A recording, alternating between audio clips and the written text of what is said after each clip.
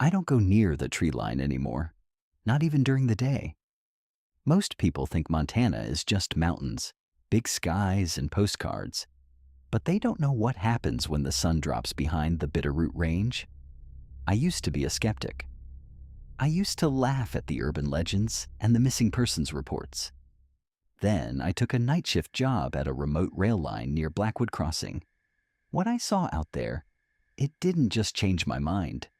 It broke my sense of safety forever. I've lived in this county my entire life. I'm a dog trainer by trade, so I'm used to animal behavior. I know how a cougar stalks, I know how a grizzly huffs, and I know the difference between a coyote's howl and a domestic dog's bark. I'm not easily rattled. I live in a 24-foot camper parked on a small lot between a massive cornfield and a jagged stretch of old-growth forest. It's quiet, or it's supposed to be. But about a year ago, the silence changed. It became heavy. I'd be sitting inside, and I'd feel this primal urge to lock the door and draw the curtains, even though I knew no one was within 5 miles of me. To pay the bills, I took a gig as a night maintenance lead for a private rail tour outfit.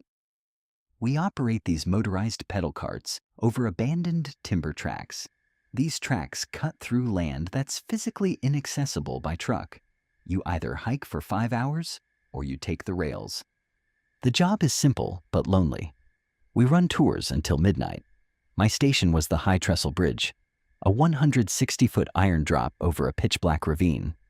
My job was to sit there in a small equipment shed, wait for the carts, and give them a short safety speech before they crossed the gap. I had my dog Fenrir with me. He's a 115-pound black German Shepherd. He's a tank. He's stared down mountain lions in the backcountry without a single whimper. He was my security.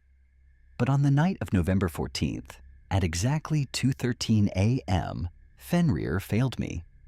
Or maybe he was just as terrified as I was. It was a Tuesday. The fog was so thick I could barely see my own boots. The last tour was running 20 minutes late because of a mechanical glitch at the depot. I was alone on that bridge. The only light was a single battery-powered floodlight humming above my head, casting long, vibrating shadows across the iron beams. Suddenly, my radio cut out. I tried to ping the depot, but all I got was thick rhythmic static. It didn't sound like interference. It sounded like breathing, slow, wet breathing coming through the speaker.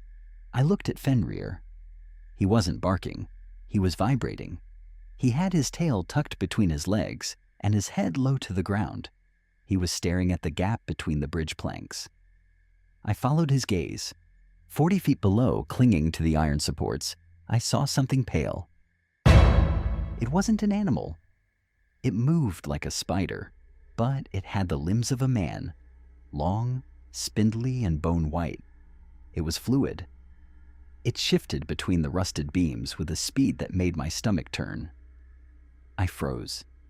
My hand went to my flashlight, but my brain told me, if you light it up, it knows you've seen it. That's when the sound started. It wasn't a growl. It was a clicking noise like dry wood snapping. And then a voice came from the dark under the bridge. It was my voice. It was distorted, like a corrupted audio file, but it was saying my safety speech. One at a time. Watch the gap. It wasn't just repeating words. It was practicing the inflection. It was learning how to sound like me. I felt a cold sweat break across my chest. I realized then that whatever was out there hadn't just arrived. It had been watching me for months. It had been listening. I quit the next morning. No 2-week notice, no phone call. I just left my vest and my radio on the depot steps. I went to see a local rancher, an old-timer named Silas, who's lived in the Bitterroot Valley since the 60s. I told him what I saw. He didn't call me crazy. He just took a long pull of his coffee and told me about the empty boots incident of 1994. 3 hikers went missing near that bridge. The search and rescue teams found their gear, their tents, and their food, But they also found their boots, lined up neatly in the middle of the trail, miles from any road. No footprints leading away, just empty leather. Silas looked me in the eye and said, "They track the light, son. You kept that floodlight on every night like a dinner bell. They don't want your dog. They want the one who speaks." I stayed inside my camper for 3 days. On the 4th night, the fog came back. Venrir wouldn't stop snarling at the door. Not a bark, a violent, foaming snarl. I grabbed my shotgun and looked through the small porthole window.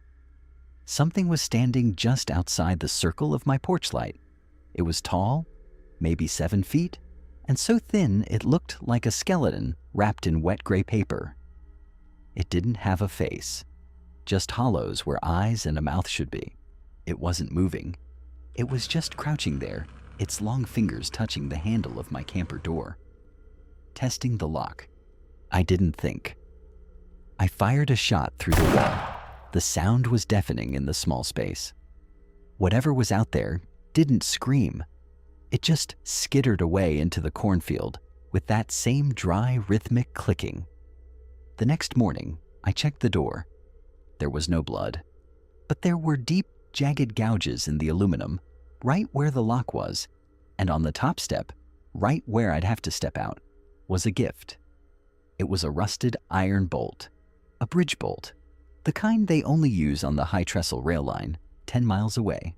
I'm moving to the city today. I'm leaving the camper behind. I don't care about the money or the quiet life anymore, because I realized something that night. When you live in the wild, you aren't the one exploring the land. The land is exploring you, and eventually, it finds a way inside.